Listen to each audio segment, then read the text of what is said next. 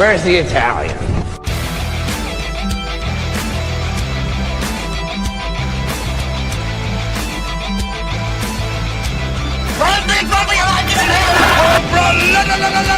It's over 9,000! What? Covered with scorpions. Oh, there's people.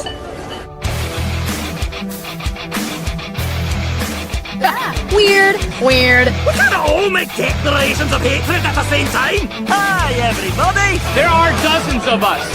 Dozens! 你好中国这条线啊，我爱更尊重中。Shield up. There's nothing sacred about space! Disappointed! Alton, help me up onto his casket so I can dance on it.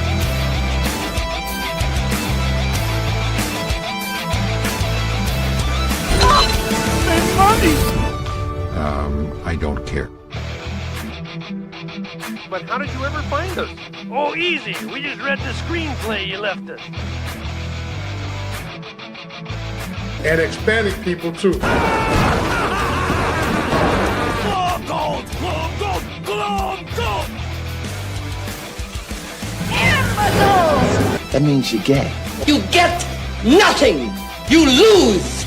Good day, sir.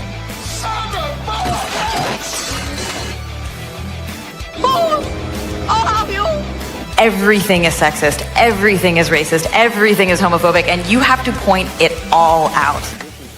Just when I thought I was out, they pulled me back in. Huh?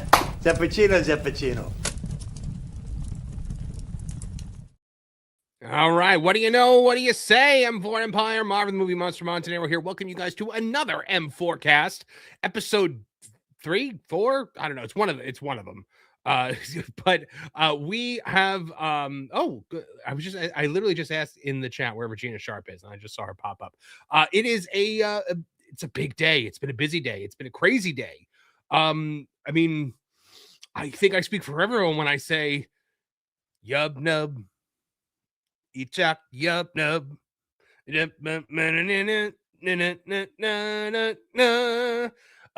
Well, kind of. I mean, we're going to get into it, guys, because it's a big day. Kathleen Kennedy has officially left Lucasfilm, or at least the announcement has officially hit. And we are going to go into what that means and why maybe some of us aren't as excited as others. But you want to know one person, guys, who is just over the moon happy about this.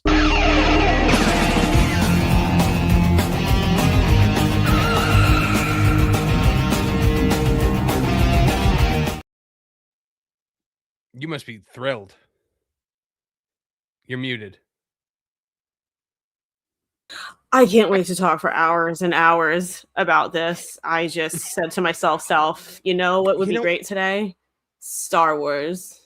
You know what? I was saying to myself, actually, like a couple hours ago, I was like, oh, Trish is going to be happy tonight. There's like no Star Wars on the show tonight. Like we do not have any Star Wars to talk about. Like it's going to be a Star Wars free evening. And then I sat down on the couch when I was done with my work, and so I start trying to watch Starfleet Academy, and not only was that terrible, but I get 15 minutes into it, and all of a sudden my phone goes off.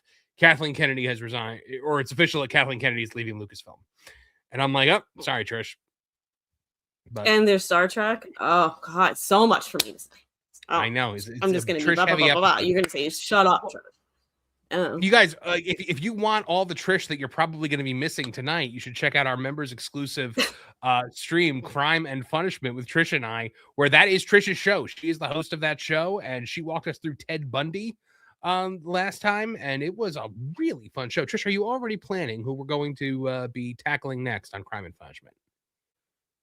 Not yet, no. You're supposed to be like, oh, I've got. You're supposed to be like, oh, I've got something. Don't worry. I've been thinking about it. But it's hard to balance. Like, you don't want to do too many of something everybody knows or everyone's heard about. You know what I mean? You don't want to get all the biggies out of the way first. Yeah. So I've been trying to decide. I think, but yeah, still kind of weighing it out. Yeah. All right. Well, we have to bring out the rest of the cast, Trish, because this is not just a me and you show. That's Crime and Punishment, which apparently more people can see now because we are getting new members all the time, and we're going to go into that in a little bit. But first of all,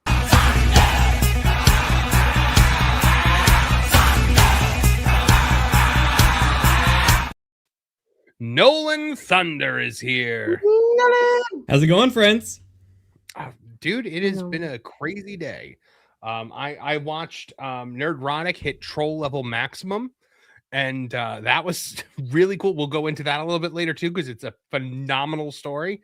You know, we have a Kratos for God of War, and I'm actually pretty excited about it. So yeah, a lot of cool stuff going on, Nolan. A lot of cool stuff. Will the new actor talk as long as his voice actor did during the Game Awards that one year? I love that. That was so great. I loved it so much because it stuck it to Jeff Keighley.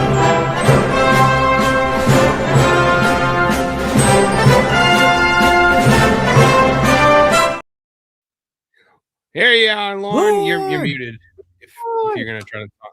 Thanks for preemptively telling me. I appreciate that. I have apparently reached boomer status, even though I am not a boomer. You know what? It just happened with Trish. She came on muted, and you know, like I thought about telling her, but then I was like, oh no, Well, you know, no, it'll be funnier if you just let her talk. She has technology issues. I want to say, I'm actually going to keep the Star Wars talk to a minimum because I don't want to irritate Trish, and honestly, we're going to be talking about it on a celebratory stream on Pro. After this show, I'll probably be ducking out early. I do have some thoughts about it, but I don't think we need to do a college treatise on it. You know, it will get in depth. We're not going to do an insane amount of time on it tonight, especially because you and I are going to be on the Pro show tonight for the celebratory thing. So you know we will, and we are redirecting to that show, by the way. So at 10 o'clock when we end, we are going to be sending you guys over to the Pro show. Lorn, we're still allies, right? Right? What? We're still allies, right? We're still allies, you and me, right? Just making sure. Are you planning something? You sound. I never know. You sound eager enough that I'm actually a little worried. Actually, legitimately, no. I just wanted to know. That seems like some obvious plotting from this. If I had plotting that I needed you to be my ally, you would know ahead of time. I wouldn't spring it on you out of nowhere. That's what allies do. You know. If we're allies, though, then why are you assuming that we might not be? My natural state of affairs would be that nothing has upended the alliance, unless you've been doing something I don't know about. No, you're the one who's Batman. I'm not. Telling people that they are assimilating information to commit the perfect crime. I did hear that on the morning show. Lorn. Our morning show? Lexi got nothing to say. Yeah. And I sent him a message. I said, I'm assimilating information to be able to one day commit the perfect crime, am I? And he was just like, I've got my eye on you. But guys, I don't know if Kevin's joining us. If he does, it'll be a little bit later. Martin is out tonight, but we do have a ringer that we did bring in. So let's bring him out. Please, no. Covered with scorpions. Oh, covered with scorpions. No. Covered with scorpions. Get them off me. What are you doing to my head? It's real life fake wizard. Was that an accident again? What an introduction. It's always an accident. Everybody else here doesn't seem too excited, but you know what? I am the Senate. I am excited. Let's talk about Star Wars, everybody, because we haven't been talking about it for the last 10 years, right? We haven't for the last 9 years. It's time, especially about this specific topic, right? It's you know what? Oh, come on! Doesn't everybody feel excited? The energy in this room is bouncing off the walls. Look at Nolan right now. How excited! Lorn laughed. Lorn's like, yeah, I'm so excited. I gotta go. Lorn was overpowered with excitement. Mm-hmm. You can feel it from me. Yeah, this show, I am the Senate. This show is made for you guys and financed by you guys. We count on your generous super chats and memberships to keep the lights on around here. We do take breaks in between each topic to go through your super chats, or if we're just kind of talking and shooting the breeze, we take your super chats as they come in. So I wanted to go right. We do break for $50 or more, so that's $50 or 10 memberships, and we have got one. Aubrey Crown with the 10 M4 Empire memberships. Thank you so much, my friend. That's incredible. Shout out. Let's go. We gotta play you a clip for that. Please, no. Covered with scorpions. Covered with scorpions. No. Covered with scorpions. Get them off me. What are you doing to my head? Trish, I'm sorry. That was a total accident. You see, only he and I can see each other, and so this starts and I go like this, and I see him laughing like, "Yep." It's ridiculous. Oh no, seriously though, Aubrey Crown, you are. It's over 9,000. Oh my goodness. Hey, Lorn. Hey. I'm sorry, Lorn. I'm sorry. Battle station's ready. Even too hot. No, I decided that, all right, you finally got me jazzed for it, and I tried to change my virtual backdrop, and StreamYard was not happy. With StreamYard. They'll be hearing from our lawyers. I am the Senate. Well, you and Kumi are checking in for $4.99. Says Glomgold is celebrating, so that means we got to play our favorite clip. Please, no. Okay, sorry. Glom gold, glom gold, glom gold, glom gold. The reason why that is a thing is because me, Kevin, and Eric used to do that, which is covered with scorpions. I actually have a question about that. Is the voice actor who does that the same as Cobra Commander? I don't think Sounds like so. You sure? Does it sound like it? Hold on. Unsubstantiated fantasy. Lies. Please, no. Unsubstantiated fantasy. I don't think so. I mean, it's probably not, but it could be. A lot of those voices all kind of blend together at some point after listening to it for all these years. All right. Yeah. Probably. Don't put the voice actors in a blender. That's horrible. Regina Sharp Too for late, $5. Nolan. Regina Sharp checking in for $5. And it's funny, I had just asked in the chat where Regina Sharp was because I had not seen her in a few weeks. So she says, 32 days, laissez bon temps roulette. This message has been brought to you by Glom gold, glom gold, glom gold, glom gold. Always has been, always is, always will be. Thank you very much, Regina Sharp. Good to see you out there again, my friend. Chef Eddie, member for 11 months, says beware. White House lives. Semper glutine libero. Pretty sure that's supposed to be White Horse. It's White House. I know, but I think I'm they not going to meant put words into the listener's mouth, Lauren. But is it the Red House? It could be Black the Red people House. and white people buy furniture? That is what I've heard happens there. Yeah. It's right there, guys. Right there. Slipping. Why can't I find that clip? What my clips get moved all the time. Am I gonna have to find it again for you? Is that what's You might happening? have It's to. the third row. Oh, I thought it was one at in the bottom. third row. The Red House, where black people and white people buy furniture.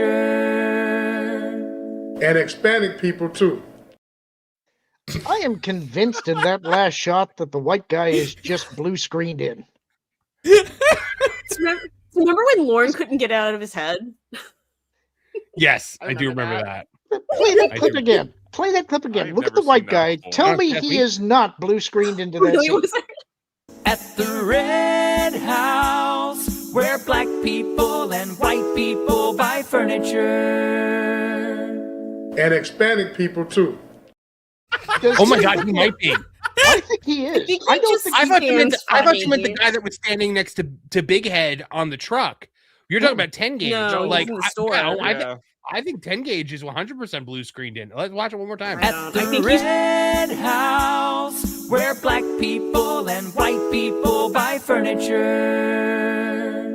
And expanding people too. Oh no, that time I didn't think it as much. I think he's just like. I don't think he's really there. He's not looking at anything in particular. He looks like he's just been dragged and dropped into the scene. Maybe he has been. Maybe they were like. It's like he was given stage directions, like pretend everything's natural. You're supposed to be here. Well, Mike Glass checking in, member for 8 months, says until the sequel trilogy and the High Republic is erased, nothing will change. This means nothing. I tend to agree with you.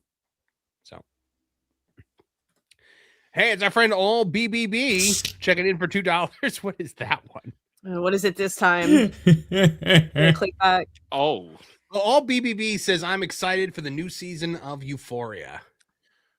I don't know. It looks because of Sydney Sweeney. Trashy.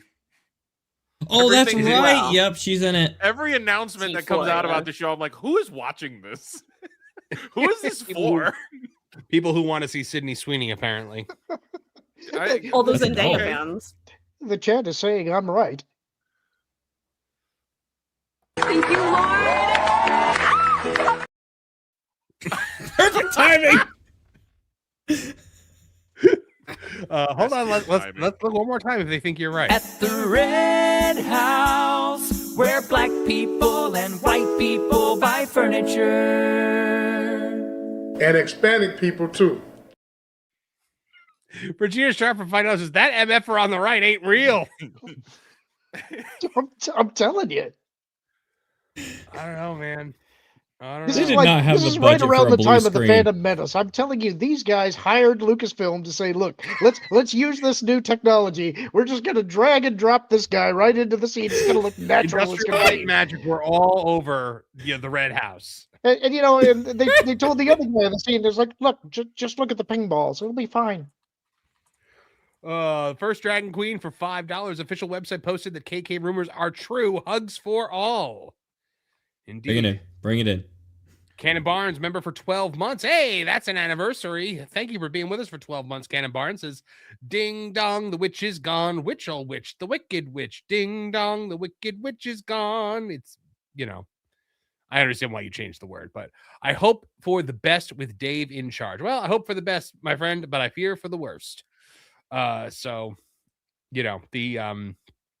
video that we just posted is actually says she's finally gone, and it's Kennedy dressed as the Wicked Witch of the West melting, and Dave Filoni with the bucket of water behind her, but he is also dressed as the Wicked Witch of the West. Because this is all going to be just more of the same. I'm not going to go that far. I'm a little more hopeful than that, but it's because of the other stuff they've been signaling. Okay. Well, you know what? Why don't we get this out of the way before we get into like the what are we watching, etc.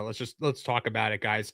Kathleen Kennedy is either leaving or has left Lucasfilm, depending on who you want to believe. Pro has cited a source that says she has been gone for quite some time now. So I am tempted to believe that. But most of the last year. It's like the word is that she has not been in the office. She's rarely seen. She's been a figurehead. And I think that honestly, the intention was last year to make the announcement. But as soon as Maloney came out and said that, she threw a hissy fit and said, look, I've got a contract here. I'm going to make you pay it out. Yep.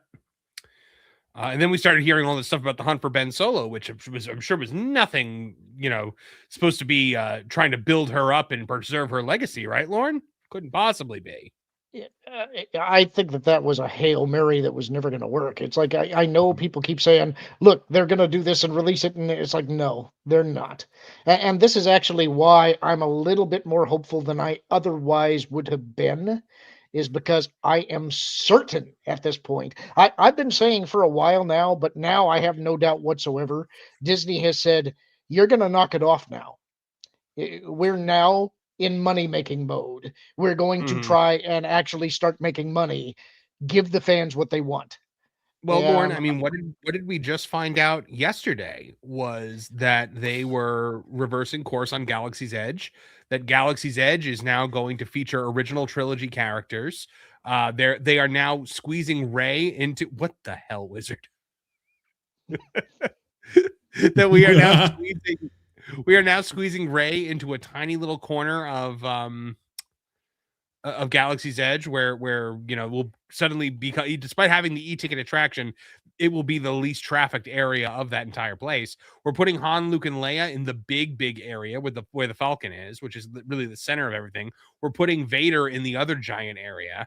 So, and then the next day we find this out. This sounds like it may have either been a Filoni decision or it was meant to look like a Filoni decision.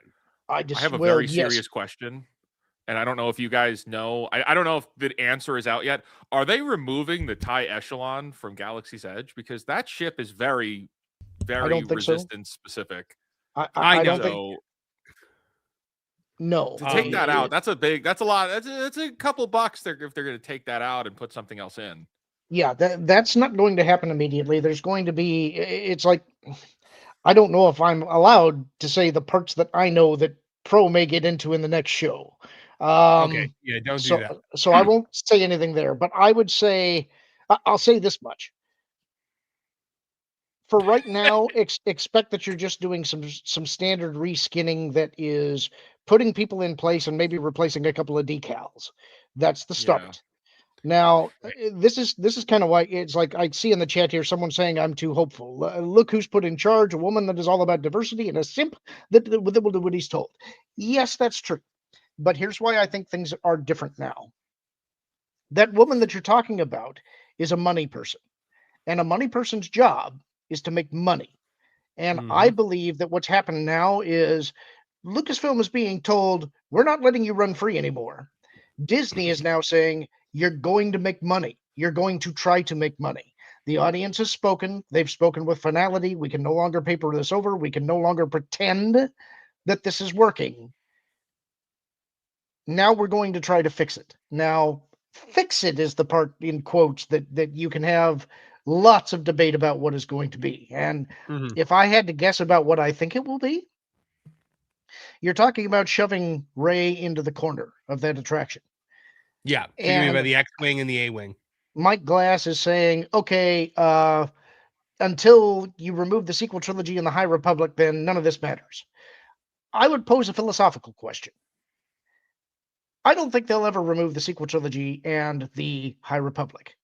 Okay. But there does come a point when if you have shoved it into a corner and gradually that corner gets smaller and smaller until it's not in the corner anymore. And when you stop talking about it and referencing it and creating anything that ties to it at all, eventually it becomes the 1980s Marvel comic books. Yeah, I'm with you on that. But when the corner is where Luke Skywalker and Han Solo died in disgrace. And Leia. That's the sequels, is you get to watch all your heroes die, one movie after the other. Well, but only Leia was actually a good person. What I'm saying is that eventually, when enough time has passed and they stop referencing it and stop making things that are tied to it, essentially it sort of decanonizes itself. Because there was an EU that existed before the EU. That's actually where the Marvel comic books and Splinter of the Mind's Eye and that kind of stuff fits. And none of that is canon, and most of it is forgotten. If you asked anybody who's a Star Wars fan today, what's a Nagai? Most probably wouldn't be able to tell you. So I think if Disney is trying to turn this around to be profitable again, they have to give something to the audience that they want. And I think largely it's AI that is forcing this. Because as long as they could continue the fiction that there was a fan base for the sequel trilogy and the media would run with that, they could get away with it. As soon as everybody got their hands on AI tools and started producing Star Wars videos that people all over the internet started talking about and saying, this is what we want, those numbers are unassailable. And this is where I get some optimism back that I didn't have. I thought Star Wars was completely dead. I really did. I didn't think there was any way to bring it back. But the point I made on last week's show is when you look at the AI videos that are being made, 85 to 90% of them are Star Wars videos. They're not Star Trek videos. They're not Harry Potter videos. They're not Battlestar Galactica videos. They're Star Wars videos. And that tells you there is still latent love for this franchise. There's still gas in the tank. But to get that engine firing again, you've actually got to give the audience what they want, and it has to be from somebody who's a competent storyteller. That's where I start getting cynical again and going, okay, it's Dave Filoni. What's he going to do? Yeah. And I think the ultimate answer is going to be, it depends, but I think Disney has made clear our concerns are now financial. Maybe she was shackling him. Maybe she was giving him direction on where things had to go. And maybe now he will go back to being the Dave Filoni that created the Clone Wars and Rebels. I don't see it that way. I don't think that he was shackled. I think that he was the creative guy that was in control. I think that he has a bent towards this direction, but also he's a company man. He is a guy that wants. was 100% him, and Ahsoka was garbage. Yes, 100% him. He is a guy who wants to keep his job at all costs, and he'll do whatever it takes to keep his job at all costs. But this is where it's also. This is a deficit. It's also a benefit. It's a deficit when Kathleen Kennedy's in charge. If I'm right, and Disney has said, your mandate is to make money, then he'll start telling the stories that will make money. Right. I just wanted to point out Bookstore Thor, Trevor just said, my nerdy home just won Twitter. I saw what he meant immediately. Steph from Geeks and Gamers in My Nerdy Home, she just said, even in her retirement, she put a woman in it and made it lame and gay. That's pretty incredible. I like that. But yeah, man, it's I find it hard to get excited just because I think I think the witches stuff is gonna probably become more prevalent now. I don't know, maybe not as many snarky brunettes, but well, I think you know the joke I made on the stream last night about Darth Catalan Canadi. Mm-hmm. Doing something like that would actually go a long ways towards an apology. I suppose so.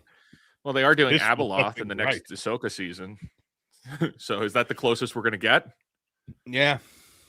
That is what we're hearing. And that would have been produced at the time when Kathleen wouldn't have been in the office nearly as much. She's not in.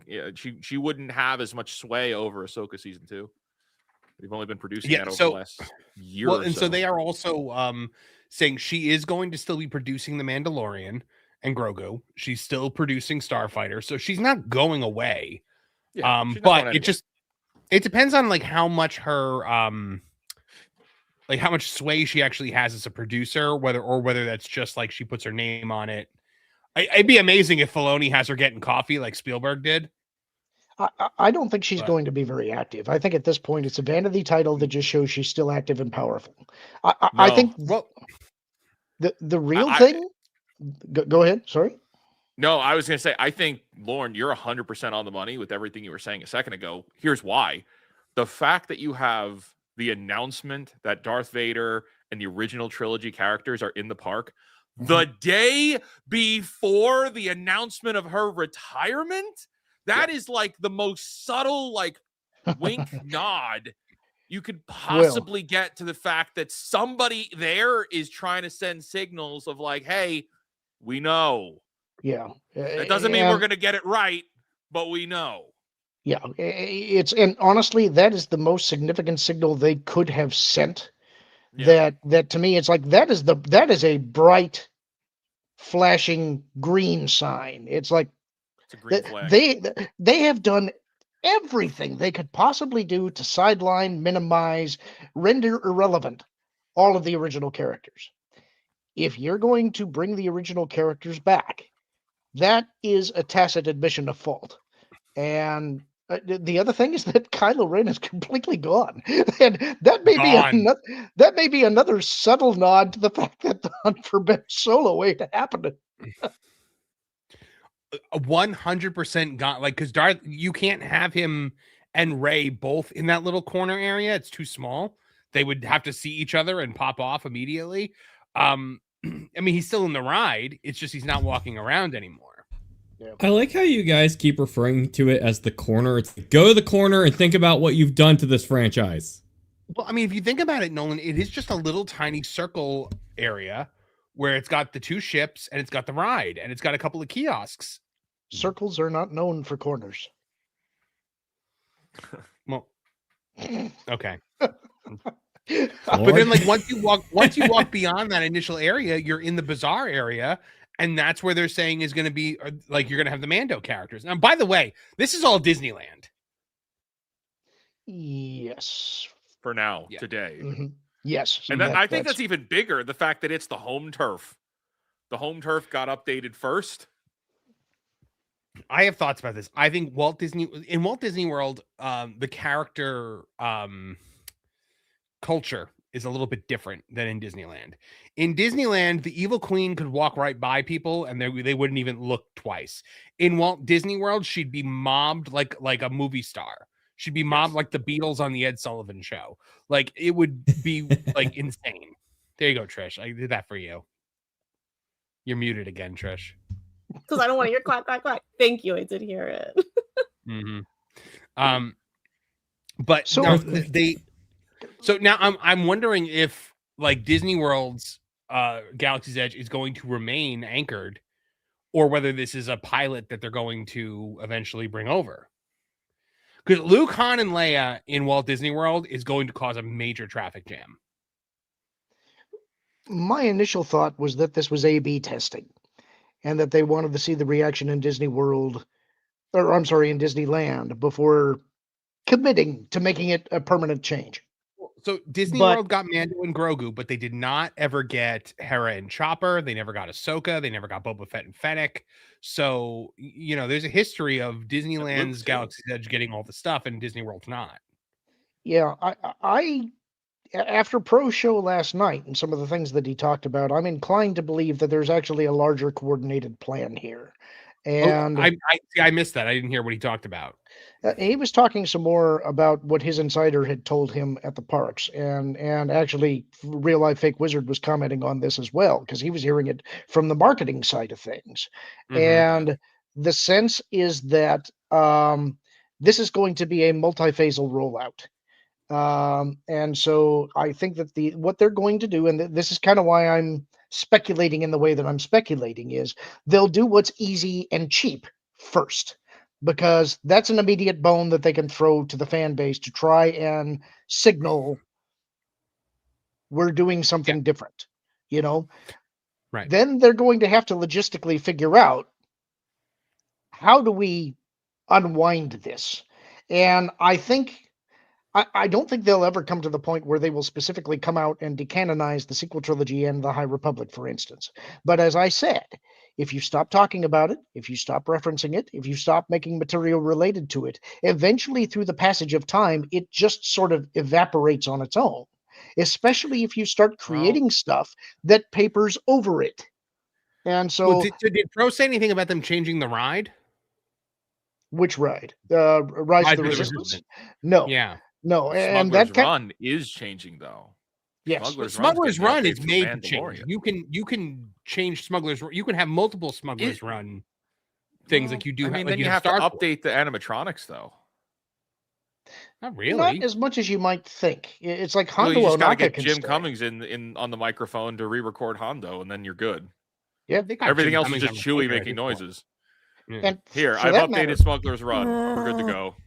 For that matter, remember they recently did a big reset of the Millennium Falcon because they were upgrading the screens and things, and so they could put in additional software packages to change the storyline. What do you think that's all about? That's it. Yeah, I foresee a day where, like, whatever the new thing is going to be, kind of like what they do at Star Tours, they're going to have a new thing to roll in there. That's really interesting. That is really, really Rise interesting. of Resistance reskinning is going to be way harder than anything else, though. Harder, but it's not impossible. Hold on. Let me ask someone else to weigh in on this.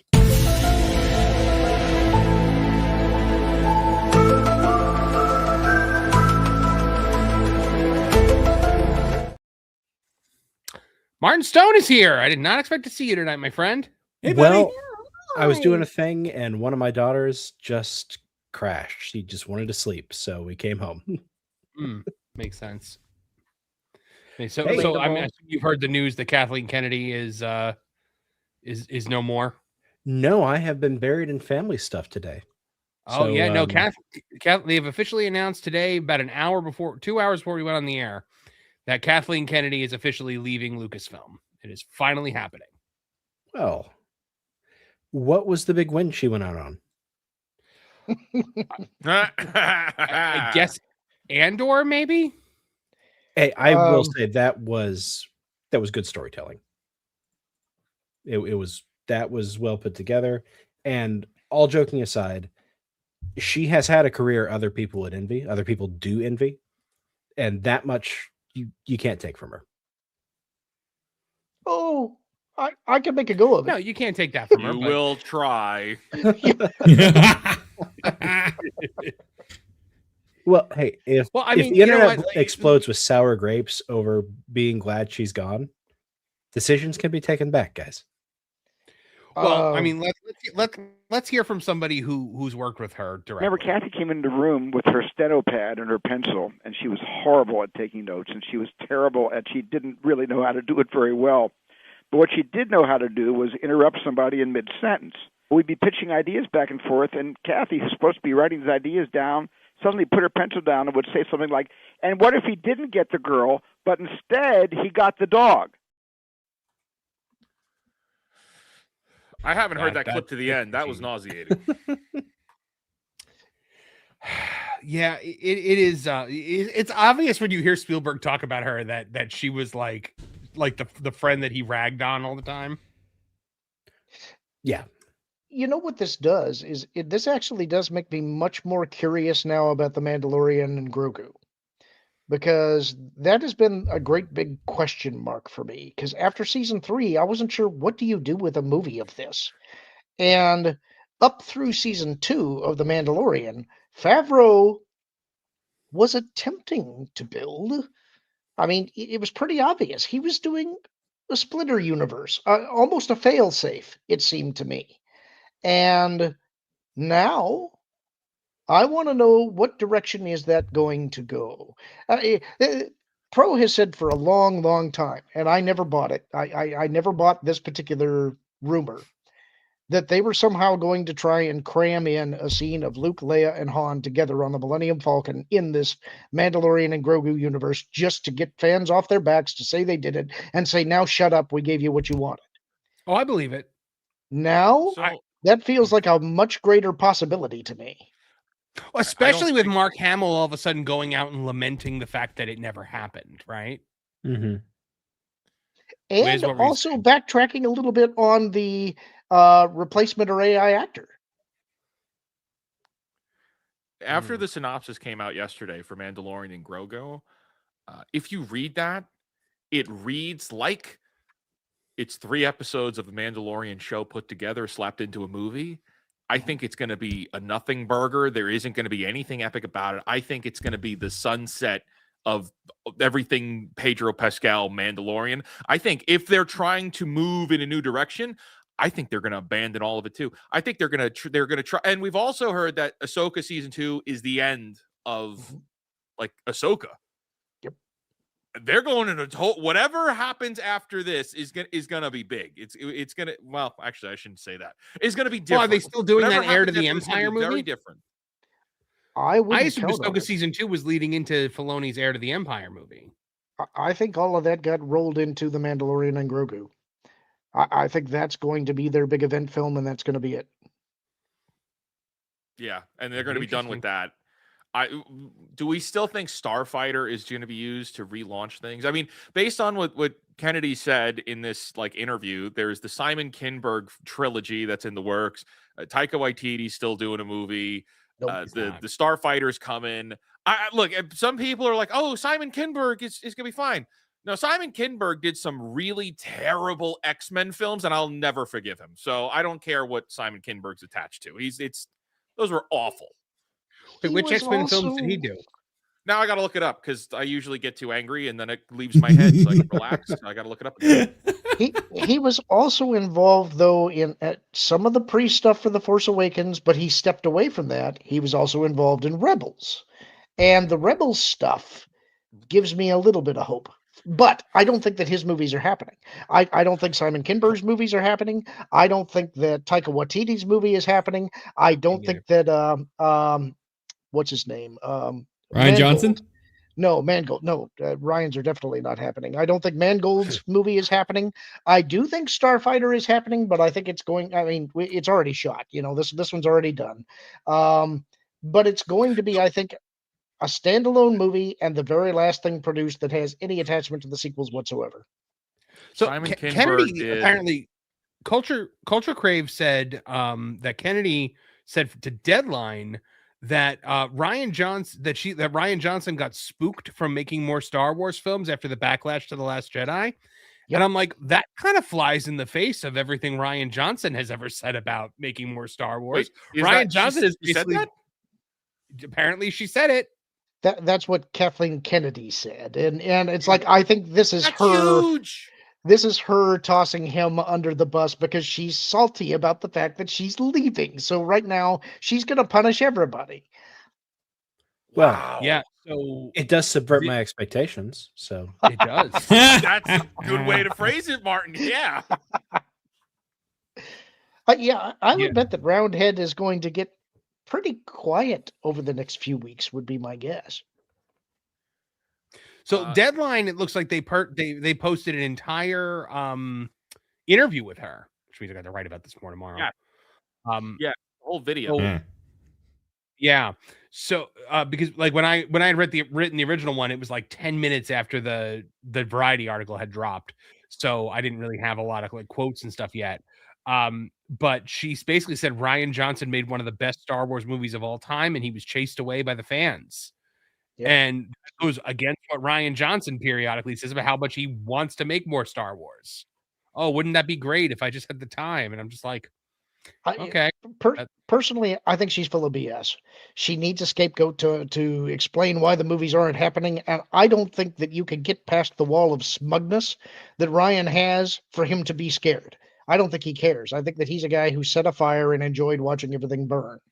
Oh, I think he is pleased as punch at how things turned out with The Last Jedi. I think he 100% loves that he like upended the franchise and is now like, you know, the destroyer of worlds. Yeah, he's kind of like the gossip girl in high school who likes to cause all the drama so that everybody's talking about it and then sit back and giggle about, look at all of the fights that I caused. He's just that's the kind of person that he is. So I don't think that he would be scared off. He loves this crap. Did you see I think it was when he was making Brick, he was saying something about how I want to make a movie where half of everybody loves it and half of everybody hates it. Yep. Now, Brick, I actually think is a good movie. I like Brick. I like Looper too, but he never should have put anywhere near Star Wars. I liked Brick when it came out as well. I haven't seen it in a few years, but the hyper aware teenager trope that Buffy started the cascade for has really worn thin for me. Yes, I agree. Just pointing out just what Trish said. Lauren said Gossip Girl, and my brain went XOXO because that's the kind of stuff I watched. LOL. I don't know if any of you even get that, but it's okay. Gossip Girl, I always sign up XOXO Gossip Girl. So when you said that, that's what my brain heard. Sorry. I'm making my own fun in there, guys. I responded to that, by the way, if you look. You did? Oh, I didn't see it. Hold on. There's a lot going on. Oh, stop it. If I can listen to this for 45 minutes, get out of here. It's time for another 45 minutes. Stop it. Lorn Connor. Oh my goodness. Don't be our Michelle McCool, Trish. I just wanted to bring up. I know that's an insult. But I just wanted to bring up how terrible Michelle McCool, like, she like hates whenever the Undertaker tells like stories that are like controversial. So like the Undertaker's podcast, if you've never listened to it, is like the Undertaker being like, I remember the time me and the Godfather buried a body out in the desert. It was a dark and stormy night. And on that night, and then Michelle McCool will be like, God, Mark, no one wants to hear that. Can we just talk about when we went antiquing last week? Well, that's stupid because everyone wants to hear that story. Like, No, this is not the same thing. He just tried And to how dare resell you? for the first time. And how dare you even go there with me right now? Honestly, I know. I'm I just I'm wanted to- patient. I'm bothering no one. I'm talking in the chat, letting you guys have your fun. I've been looking for an opportunity to drop that Undertaker gem for a while, so because it's ridiculous. His podcast is He ridiculous. uses me to drop gems. Yeah. But anyway, yeah, Kathleen Kennedy is leaving or is gone. I'm gonna have to dig through this deadline interview sometime tomorrow. And then we'll see what else there is to glean from this, because this is a lot of stuff that she is talking about. So yeah. All right. Ready to anyone got anything else to add to this, or shall we make Trish's night and move on? For full transparency, to tie things together, Simon Kinberg wrote the screenplay for X-Men The Last Stand, Fan 4-Stick, X-Men Apocalypse, and X-Men Dark Phoenix. This is your hero? No, like I said, I don't think his movies are getting made. All the good X-Men movies happened like around them. Yes. X-Men The Last Stand is the reason I am as jaded and nasty as I am. It's because I was sitting there, 2006, watching everybody I love get brutally murdered unceremoniously. For no did you go to Mexico other too? than laughs. Did I go to Mexico too? Watching No. everybody you love get brutally murdered. Has there ever been a more uneven franchise cinematically than X-Men? Maybe Star X-Men's Trek, I guess. trash. I love X-Men. It's like my favorite, and I can't. I won't even watch X-Men 97 because the 90 show is too perfect for me. I'm done. Everybody else that touches it makes it worse. The comics, every time somebody writes a new comic for X-Men, it gets worse. Every new movie makes it worse. Days of Future Past ends with like everybody coming back. They undo all the damage from The Last Stand, and then Logan happens, and guess what? Everyone's dead again. Everyone's been brutally murdered again for no reason. I said Patrick Stewart as Charles Xavier has been killed more times than Kenny on South Park. Like they announce, X-Men's coming back for Doomsday. I don't care. That's gonna get me. No. I'd rather see like Ironheart be in Doomsday. I would rather see Shang-Chi in Doomsday than I would rather see Patrick Stewart back as Professor Xavier again. No, let it go. But like, so all right, Fake Wizard. Here's your coat. Please get into it. We need to button the sleeves at the back. My trauma blankie for this one. But like, so you have the first X-Men movie, which I would say is like up here, and then X2 goes up here, and then X3 goes all the way down here. Yeah. And then First Class, I thought came like back up here. I love First And it was Class. supposed to be a restart at good. the time. Yep. I didn't like what they did with Darwin. Yeah, Days of Future Past like this. Yeah, Darwin made no sense. Days of Future Past, and then it was like Apocalypse, Dark Phoenix, and then Dead. Oh, Marv, you forgot about the best X-Men movie, X-Men Origins Wolverine. No, that was just We don't talk more about bad. X-Men Origins Wolverine, Nolan. Why we suddenly felt the need to CGI the claws. There's nothing wrong with the portrayal of the claws in the previous movies. I don't even like Deadpool, and I hated what they did in that film. All right, so I actually kind of like X-Wing Origins Wolverine just because, but suppose that you deleted the movie and just did the introduction. What was the introduction? The introduction was them fighting throughout the years and like the wars, right? Yes. I like the introduction. There's good elements in every film. In all of them, there are like some good moments in it. It's just the overall story and outcomes are traumatic, and now that's why plot, I have the characters. Yeah, the plot, the characters. You know, I feel like with X-Men that it's like with Wolverine, I liked it a lot better when I didn't know Wolverine's origin. Or like his real name. Yeah, the bone claws upset me quite a bit. Man, you've been upset for a long time then, because that happened a long time ago. Yeah, I had that comic where Magneto pulled all the adamantium out of him. Yeah. Oh, X-Men, what a mess. I might be misremembering this, but I think there was a stuntman, Scott Adkins, who was the body for Deadpool when he was Weapon 11. Yeah, it wasn't Ryan Reynolds. Right. But I think, fans of like modern B movie action stuff, like Accident Man and Ninja, that's the same guy. So you'd recognize him from there.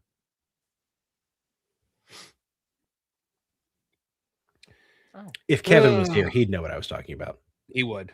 He 100% would. Evan, return our calls. Yeah, so I agree with everyone saying that they never should have told Wolverine's origin. I liked it so much better when it was just this mystery, right? Like the Bone Claws were like when they showed up, I liked them because I'm like, oh, it's mysterious. Like, where did these come from? How, he was born with them. I didn't like learning about like the James Howlett stuff and all. You missed me with that, but there's so many plot holes in those X-Men movies, though. Like, it's just absolutely insane how many plot holes there are. Like, the end of The Wolverine, which runs directly into Days of Future Past, he loses the adamantium claws and has bone claws. And then in the next movie, he just has adamantium claws again for reasons. Yeah. Or how Sabretooth is his brother, then all of a sudden he's not his brother. Yeah, but that happened in the comic books, too. Prequel and... I hate that. That phrase used to be like a shield for me, and now I hate it. But that's what it happened in the comics. Yeah, back in when we used to talk about these movies, it was like in the comics it was so much better, and now like time has gone on, and the movies have become bad, but the comics have become worse. Well, that's why like whenever people argue with me about Superman. Like, killing and stuff. They're like, well, he's killed in the comics before. I'm like, yes, there are such a thing as bad comic books. There's a lot of bad comics are awful. One more day. Yeah, like, I could be like, they should make a movie where Harley Quinn is just flatulent for the entire thing because it was in the comics. Oh, stop! No. Remember I that? gotta leave the stream now. Did you know that, Big Wizard? Because it was I knew one of the about the funniest comic. things I've I just ever heard. didn't want that idea to be put. You didn't want to go there for someone to now like make that because somebody there's AI could make that happen. Oh God, I'm shocked it hasn't already. Oh well, now it has put ideas out there. Let's see what all of our friends have to say about these topics that we're talking about. Regina Sharp for $5 says TIE Echelon sounds like someone thought they were naming SUVs. So here's a way that they could actually get around this a little bit, is that the TIE Echelon was actually not seen in the movies. It was created for the park. I'm sure there is extra movie material that says that this is a ship that was out of the First Order, but one of the ways you could get around reskinning it is that because it has not appeared in the TV shows or the movies, you could make it now in the original trilogy era if you wanted to and put it in some new stories, and now you don't have to replace it. It kind of looks like Vader's ship from the comics. Which game? The first game it appeared in was Galaxy of Heroes, which I know is like a mobile game, but it was pretty cool. I'm not taking a mobile game as canon. That's what's fun about this game. It's not canon, and that's the whole point. It's supposed to not be canon at all, so they could bring in everybody, like everything. But no, it was the first time, and it was like it's piloted by First Order and stuff, which is kind of neat. The TIE Echelon does sound like it has rich Corinthian leather and an infotainment system for the kids in the back. 100%. Cannon Barnes for $5 says, I said I couldn't super right now, but Lorn, what are your thoughts on the German translation of the Mando and Grogu synopsis? It seems to be more than season 4. I haven't seen this. I haven't either, so I can't comment on the synopsis. What I can say is that Jon Favreau has said that The Mandalorian and Grogu is not season 4, and he has said that he still has the scripts for season 4 sitting on his desk. Now, based on the things we've heard, it's unlikely that they'll ever be made, but they are separate and apart from the movie plot. Those were not episodes that were pulled from the show, even though that's what the synopsis sounds like. I have it here. Okay, the Empire has been defeated and the remnants of its forces scattered to the far corners of the galaxy. Yet some of the former commanders of this dark era still cling to their power and have since become dangerous warlords who continually challenge the peace upheld by the New Republic. To track down and neutralize these cells, Din Djarin, together with his apprentice Grogu, who after his Jedi training has joined the Mandalorians, supports the new government. Several clues eventually lead them to the planet Karzun, where they not only manage to infiltrate an almost forgotten Imperial facility, but Grogu also discovers an ancient artifact that functions as an amplifier of his abilities. Unable to control these new powers, Grogu becomes the target of Imperial agents who begin preparing a coordinated assault on the New Republic, seeing in the small being their opportunity to destroy the enemies of the Empire in a single strike. Of course, no mention here of Rod of the Hutt, so I have to imagine that I have always believed that Rod of the Hutt is a misdirect. I don't think it's the main plot of the movie. I suspect it's going to be dealt with in the first 10 minutes of the movie, and it's going to be just like a little A plot that is kind of like the opening of an Indiana Jones movie where you see the last 10 minutes of something and they deal with it and then they get to the main plot. Totally agree. The artifact they're talking about is inspired by the Kyber crystal. If you're not That's what it familiar, sounded like to me. if you're not familiar with the original EU, it wasn't Kyber crystals that powered lightsabers. They used to be Adegan crystals. When Disney took over, they changed the spelling of Kyber and made all of the crystals that power your lightsabers now Kyber crystals. But the original origin for the Kyber crystal was in Splinter of the Mind's Eye by Alan Dean Foster, and it was an artifact that Luke Skywalker and Darth Vader were both seeking out that greatly increased the force powers of whoever found and used it. So they're just repurposing this now for Grogu's story. And actually, this is a way to bring Luke in.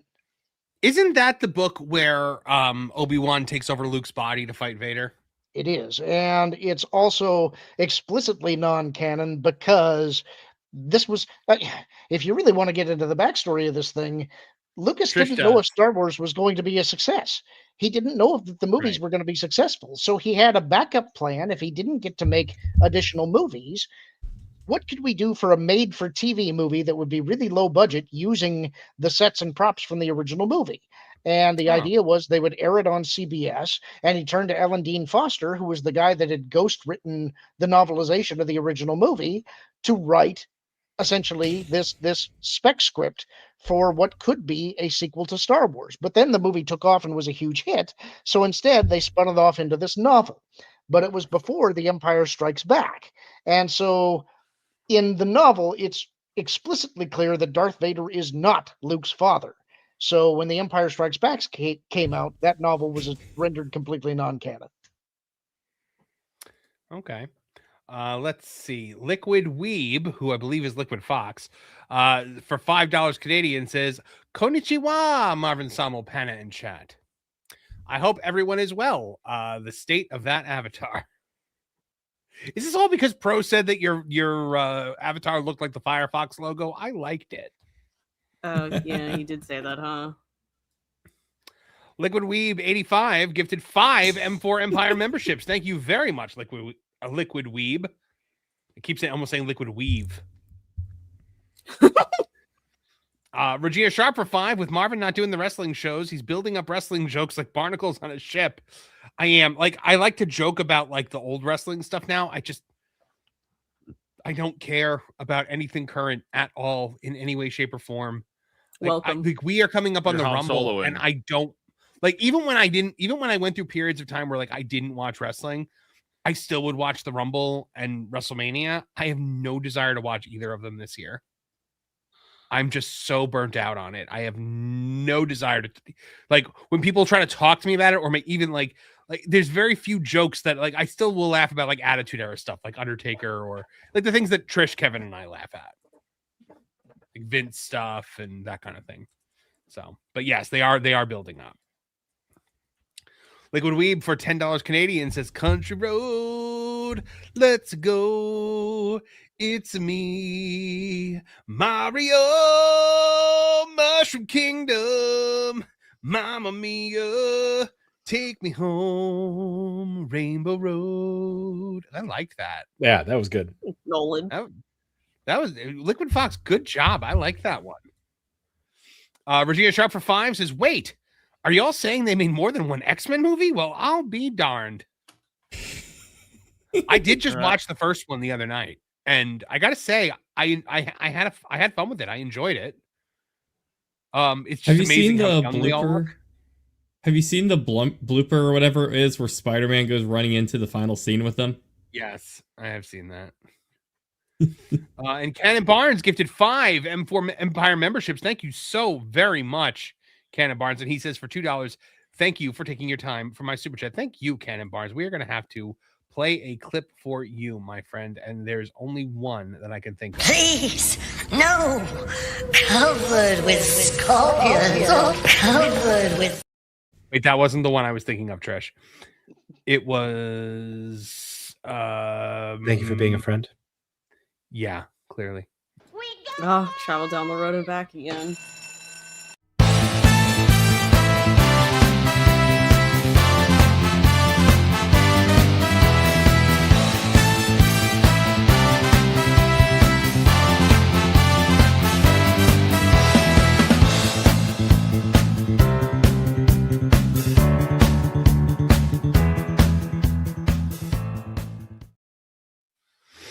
All right. Hey, Mike Glassett said, I have a question. What has the panel been watching? And that is one of the things that we like to talk about at the start of the show. Lorn, I figured if you had to step out now might be a good time for you since we're about to transition away from the Star Wars and into the rest of the show. I haven't really had much time to watch anything lately. If I can get off of TV shows, I've actually been playing Jedi Survivor, trying to get back into that game. I never finished it. So You never finished Jedi Survivor? I never did. I am not yet caught up to where I was when I first tried to play through it, so I'm still doing stuff I've already done. Wait, is Survivor the first one or the second one? Second one. I do like that one. That one they had more RPG elements in there, more side quests. The story was pretty good. I tend to like the first one better because it's more focused, and I feel like they tried to open up the world so much that it's like there's times when it's like I just want to get off this planet. I just want to get back to the story but I'm a completionist. It's like I have to visit every area. I have to do every quest. I have to pick up every item. So the game kind of works against me a little bit. What's that? I am 100% not like that. Yeah. I'm in the middle of that. I want to, but I'm not going to do it. Yeah, like in the Arkham games, like the Riddler stuff. I'm just like, miss me with that. I'll look up the secret ending on YouTube. I find stuff like that insulting sometimes. Like the collectibles placed in games where it's just there clearly to pad the runtime. Like it doesn't need to be that many, that long. And I take great offense to those. I refuse to do them. I go directly to YouTube to find out how it ends. There are certain games where I'll skip things, but it's like this is Star Wars. It's my bag. I got to do it. So it's what are your two lightsaber forms that you use most often? Single bladed and dual wielding. See, I go double blade and dual wield. I really like the double blade mechanics in that game. I like how you can just dive forward and start spinning the blade around, and I really like it. Yep. And actually, I will say, this is one of the Disney things that I actually do like the best. I think the Jedi series of games is fantastic. And Cal's lightsaber is one of the best designed, I think, that I've ever seen in any of the games. That's one I want to have in my collection that I don't currently have. I have two. Do you have both the damaged and the non-damaged? I have the limited run. Okay, so you bought the deluxe edition of the game. That one though is big and chunky. It's like I didn't like their version because it's like this is not the right proportions. The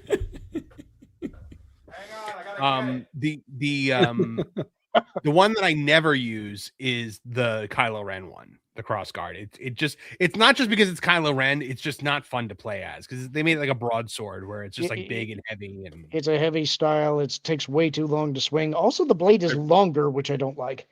I don't like that either. So I have the lightsaber for the Galaxy's Edge damage. Oh, one, sick!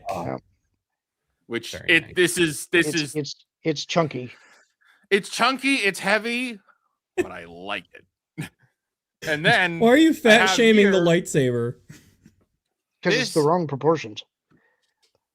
Big ass box. Is that the theory saver version? Seriously? No. This is the limited run collector's edition of the game. So there's the full. The other one was the Galaxy's Edge. Okay, this one is chunky too, though. They're exactly the same. So the limited run saber is the Galaxy's Edge saber, but it's completed. It has the pommel cap. No, it has the connector piece that you can attach both sabers together. Oh, gotcha. All right. Yeah. So this is this was before I knew limited run was like you don't buy from limited run. So I look at this and I feel shame, but I don't care now. Wizard, did you ever get your Sonic X Shadow statue in the mail? I didn't get that one. I've only ever gotten 2 limited runs, and this is one of them. What was the other? But yeah, the Alan Wake 2 box set. The Liquid Fox for $10 Canadian. Wow, I like that one. It says there, after my shower, I can now reveal my final form. And Pro wasn't the only one who made the Firefox comparison. Also, I didn't come up with Mario Country Road. Credit to unknown post I found. Okay, well, at least you admitted it, because I thought that was just you and you were being really clever. And then Regina Sharp for $5 says, the chunky saber is more properly called a heavy saber. Lauren, I think you would call it a sturdy saber. I would call it a non-lore accurate saber. It's like I much prefer when you actually get the proportions right. The version of the Cal saber that I like is Theory sabers. If you've taken a look at his, he's got both a battle damaged and the repaired version from Jedi Survivor. They're both really cool looking. I'd love to have it. I would call it a saber of unusual size. Fake Wizard. Ooh, yeah, cool. I got the Lego version of that. I love BD1. Princess Bride. Yep. Which saber color do you guys run with? What do you mean? So in the second one, I do the one that just changes color as you use it. I just keep it blue. Okay. I don't change. There's something wrong with my brain. Like here's a game with all the cosmetics. If you pre-order, you get more cosmetics. No. I want to play the game as the character would have been dressed playing this game. I don't want to put like when I play FF7, when I play Final Fantasy 7, he keeps the Buster Sword for the entire game. Yes. Yep. Same. See, so I'm a big fan of the yellow saber. And so I tend to run yellow. Nice. Although recently it's like the cover art for Jedi Survivor is so good that I actually did swap it back to blue. So with the in the first game, I do blue the entire time until he fixes the saber at the end. It gets the new crystal. And then you go green. And then I change it. No, that's when I change it to purple. Oh, you go purple. I go Mace so you're Windu. You're a Vapod guy. Yeah, I love that. Yeah. But then sort of the snakes of on the plane of the Jedi universe. Exactly.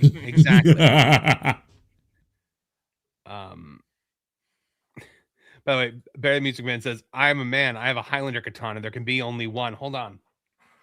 There can be only one. There can be only one. Oh, here we go.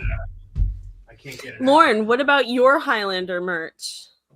Oh yeah, I got All tons the of props and things that you have. You remember that alliance you were asking about?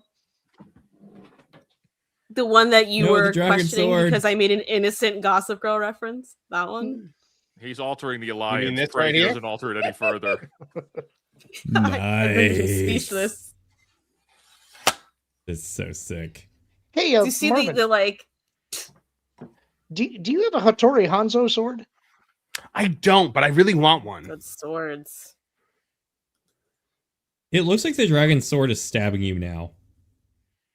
That's not the dragon sword, Nolan. It's the Red Ranger sword. Get your My sword, bad. Nolan. God, get it right, Nolan. Come on, Ugh, Nolan. Pick Call Nolan. yourself a sword. dare you master. not know? Colorblind with the Shames Power of you, Rangers. frankly. Nolan Thunder, what have you been watching? Okay, so Oh, I've actually been watching this documentary that has gone up on Typhoon On Demand, if anyone's familiar with that streaming platform. It's a documentary on the fandom for Thomas the Tank Engine and Friends, like the adult fan base of it. It goes in depth about like I'm how it's sorry. kinda I'm seen sorry. as- Rewind. There's an adult fan base of Thomas the Tank Engine? Yes, it's kind of like it's seen a lot in the mainstream as a baby show, but it's actually a lot like the Muppets. Like, it's one of those things, like, it had a lot of lasting like power. the adult fan base for My Little Pony? Apples, oranges, kind of like, do similar, people want to but have not. relations with these trains is what I'm getting at here, Nolan. No, not to that extent. Every fan base wants to bang someone, but not to the extent of that one. Okay. Continue. Yikes. So anyways, there's a whole documentary made about it. In fact, one of the guys who was a member of the fandom, he actually went on to have his writing get noticed by the actual show and wanted to write the episode for the 75th anniversary of the franchise, because it dates back to books from like the 1930s and such. And his story got picked, and it was turned into a book, and Prince Harry himself actually narrated the book at one point as a big special. They got him on board to do it. It talks about like fan event meetups and the impact it made on a lot of like a generation for children and stuff, and why it doesn't have the same like impact on the zeitgeist as some other franchises. And it's a very fascinating one. And I'm in it, by the way. I am in said documentary because prior to doing like the video game stuff, I actually made little videos when I was a teenager with my toy trains from childhood. And I was interviewed with my baby face back in 2019. So if you want to see me in a full independent film that's been in film festivals and everything, you can find a little baby Nolan Thunder out there. Brandon Carty directed it. He actually is the one who built my PC that I'm talking to you all on right now. So if you're interested, it's called An Unlikely Fandom. And I think they got Alec Baldwin as an interview in it too. So we got a lot of big names in it. So now check you're it out. really selling it. Wait, hold on. You were in a documentary with Alec Baldwin? I think he's in it. I did live. I'm here and I'm breathing. Last time I checked. You really dodged a bullet there, Nolan. Did he ever call you? No. No, he did not. Voicemail? No. Did he ever call you a rude, thoughtless little pig? No. Thankfully not. And Christian Bale didn't call me either, so I'm grateful for that. But yeah, no, it was a good time. So if you want some archive footage on that, I know the dude was working for years on this documentary, so worth checking it out if you think it's something that's kind of weird and niche, because it kind of opens eyes on a broader scale of what the impact of a lot of the people from like the 1980s who worked on the TV show, what they went through to make it. Very interesting, Nolan. Very interesting. Let's see. Liquid Fox for $2 Canadian says, "Oh heck no! I wish I was that clever." Don't we all?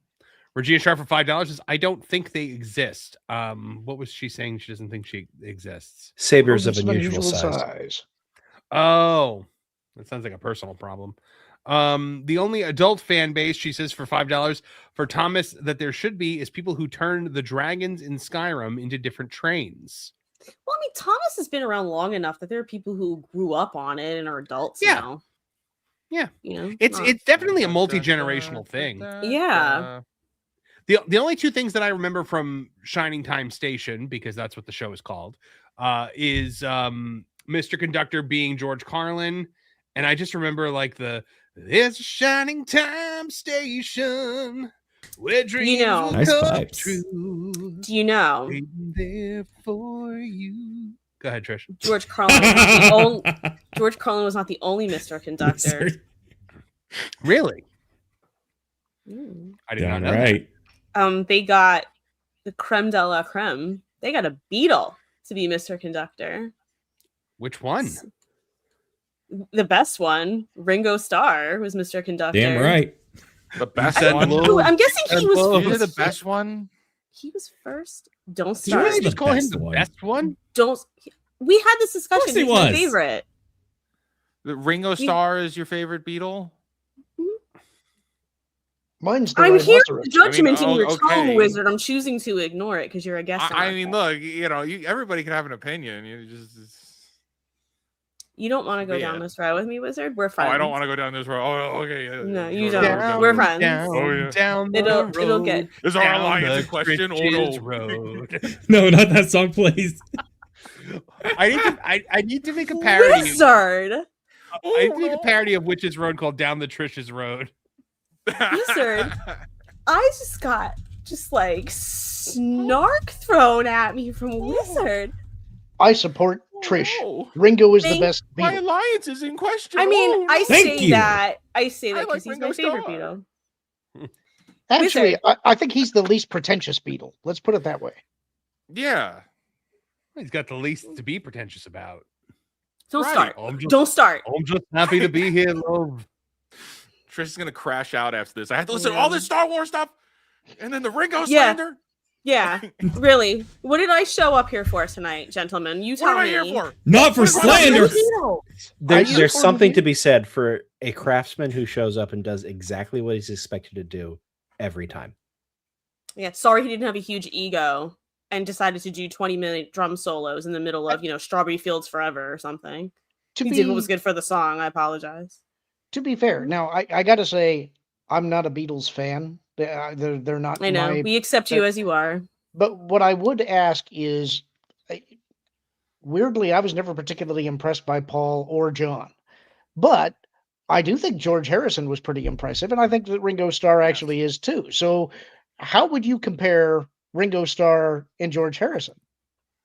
In all seriousness, yeah, in all seriousness, they fill completely different roles. So Yeah, they do. But I mean, I'm curious as to if your rubric is technical expertise, which I think is what you're judging Ringo on. I think that a real solid case could be made for George Harrison too. Well, I'm defending him on his technical expertise because that seems to be the thing that people like to erroneously just leap right on with him. But I mean, they were both. George is getting his flowers a bit more now, but they were both sort of the two that were under, because it's like John and Paul, you know what I mean? Lennon, McCartney, they were the songwriters, and they kind of held. I don't want to make it sound negative because I love all of them, but they kind of held him down a little bit. He only had like 2 songs an album, George. So I think it's complicated. When you like them as much as I do, this is not as like straightforward question. Vincent Collins is bringing up, because I really noticed George's stuff when he was with the Traveling Wilburys, and so I thought he really came out there. Well, and I think Trish and I have both discussed this. He had the best post Beatles release of any of them. He was really good, but he also knew when to not take the spotlight. He brought in other people like Eric Clapton to play on stuff like While My Guitar Gently Weeps, even though he was technically proficient, could have performed it. Yeah. But Clapton just had the edge over him. He knew that, so he brought him in. Oh. See, Martin, so I can't even follow up on that, Martin. This is why I can talk with Martin about it, even though Martin and I don't necessarily always see eye to eye on it. Like, this is how our conversations go. When you guys were laughing about it a few weeks ago, like, this is how they go with me and Martin. So Vincent's calling out, I've got my mind set on you too. That's a great song. I do love that song. thanks, guys. This is a nice little Beatles interlude. Thank you for that. I mean, except for Wizard. He gets no thanks from me. But, Fine. If it helps, the Stay Puft Marshmallow Man is right outside his window. It's actually a little distracting. My time is limited. Yeah. That's okay. I can change it. Like, all of a sudden, I saw like a giant face just in the window. I was like, oh. Like that? Nice yeah, like that. Oh, that's much better. It's like infinitely less distracting. Yeah, the last one was distracting, right? Oh, we got us a 50. We do. Hold on All one right. second. Regina Sharp for $50. Ringo is the best Beatle. Supernatural needs to be watched by Marv. Gossip Girl and Gilmore Girls are awesome shows. And Marvin thinks he hasn't seen me in a couple of weeks if I don't go to his game streams. There, I said it. Yes, Regina. Yes. Man. I did miss you during the game stream, Regina. So way to guilt the audience, Marv. I do. I Yeah, miss really. the audience when they're not there. I count on them. When they don't tune in, I don't know what to do with myself. Actually, I'm not getting push notifications of your game streams. Oh, okay. That's interesting. Well, it's a brand new channel, so I Oh. don't know what. May I put something up on the screen when you're done with Regina Sharps? Because I know you like to do a whole thing. May I? Yeah, Regina Sharp, we thank you very, very much. And gosh, which I never know which clip. Oh, I know which clip to play. This world will beat you down, beat you with a stick. You stick. Please, no. Covered with scorpions. Covered with scorpions. No. Covered with scorpions. Get them. Trish is literally yelling at me in the backstage. I'm going, you have to stop. You have to stop. I'm so entertained by it. Thank you very much, Regina Sharp. We speak your name. May I do it now? May I do it now? What do you need to do? Put the thing up that I want to talk about. Can I? Okay. Yeah. Boom. Okay. Oh my word. Yes. Yes. Yes. I It's think like that literally all you could say. Yeah. Yes. I think that was the best induction jam session they've ever had. Yeah. And then he throws his guitar up and it never comes down. I have no idea where it went. I think he just flung it up to heaven and just kept it there. Like, it never comes back down. I love that George Harrison's son is on stage playing, and there are all these great musicians on stage with him, but the only person he's watching the whole time is Prince, just waiting for that solo. Because he requested Prince do it. He asked if Prince would do it. And like his face is like beaming watching Prince play. It's really funny because he's just like, and it's like worth beaming at because it was incredible. If you haven't seen it, go see it. It's up on YouTube. It's easy to find. After the show. Yes, after the show. Okay. I'll hide it now. Okay. Thank you. Oop. That was me trying to hide it. One of the thing I wanted to talk about today, something that I'm actually very positive about, which I know is like a thing that very rarely happens on this show, where we talk about something that we're like, wow, that's pretty cool. I'm like really happy to talk about this because they have cast Kratos in the Amazon God of War, and they've actually cast a man-sized man to play him. God of War game veteran Ryan Hurst cast as Kratos in Amazon Prime Video's God of War series. Now, God of War fans know him because he was in God of War Ragnarok and he played Thor, and he's one of my favorite interpretations of Thor. Interesting. Did anyone here play the God of War games? Yeah. No, but that's never did. pretty cool. Yeah, so he played Thor in God of War Ragnarok, and now he's Kratos in the live action Amazon Studios. And I mean, so he's also, I mean, yeah, this is what Thor looked like in that. He was like Kratos is like almost 7 feet tall, and that's how big Thor was in these games. Like Thor was massive, but this is the guy playing him. Ryan Hurst, he was in The Walking Dead. He was in Sons of Anarchy. He was in Remember the Titans. So, I mean, this is like he's 6'6". He's also clearly in a Molly Hatchet cover band, and I respect that. So Hurst casting is further supported by a long and varied filmography. He is perhaps best known for playing Opie Winston on FX's Sons of Anarchy, a role that showcased his ability to balance brute strength with emotional vulnerability. Now, Opie's tragic arc remains one of the most memorable elements of the series, and Hurst's performance earned lasting fan loyalty.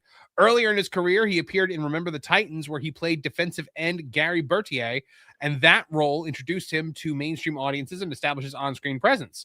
He also appeared in The Walking Dead as Beta, further cementing his reputation for thriving in gritty, high-stakes ensemble, and a whole bunch of other stuff. So I'm actually feeling kind of positive about this show, and I wasn't before this. Guy looks familiar from somewhere, but I can't place him. I haven't seen him in any of the things that you mentioned, but I assume he must be a good actor because you're behind him. I love his Thor. So when you fight him as Thor the first time as Kratos in Ragnarok, he literally hits you with Mjolnir so hard it's an instant kill. And it goes to like the you died screen, to like the loading screen, and then you just hear him over the load screen go, "Oh no, I say when we're done," and then he shocks Kratos back to life with Mjolnir. I love it. What do you think, Wizard? I don't want them to make this show. I mean, I didn't either. This is I still don't want them to. I think the casting, I'm happy that somebody is playing Kratos that clearly is very familiar with Kratos. So this is a guy who would be most familiar with Kratos, other than Christopher Judge himself, right? Like you were working across from him to do some of these scenes when they did like the mocaps together and stuff. So like that's encouraging. But then we remember who's making this, and like Amazon's all attached to this. This is an Amazon show, and I think this is going to be. And okay, but here's what's interesting, because we talked about this on Fake Wizard News yesterday. This is not doing the Greece story. It's not doing the original. It's jumping right to Norse, which I think is a mistake. Oh no! Amazon couldn't do those stories because Kratos is a bad guy. He's vicious. He's a murderer. He mows people down with no remorse. He does some very not so nice things to men and women. So no, they can't tell that story in that setting in that way, but they can do it as a flashback and have him cry. Mm-hmm. And I think that's what this is going to be. I foresee that this is going to be. I think it's not going to be as. I know a lot of people hated the Valhalla story, the free DLC that we got, because they were like, gosh, it was a Kratos therapy session.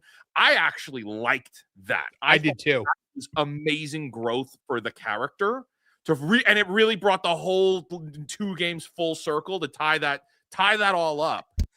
But I think that's all this show is going to be. My baby Kratos. And having problems with Trace, and Trace is going to disrespect him. Dad, I don't have to listen to you. I don't think they're going to be able to get it right. The Wizard. So you think it's going to be like modern Tomb Raider, where it's just the whole time they're just apologizing for what happened in the past?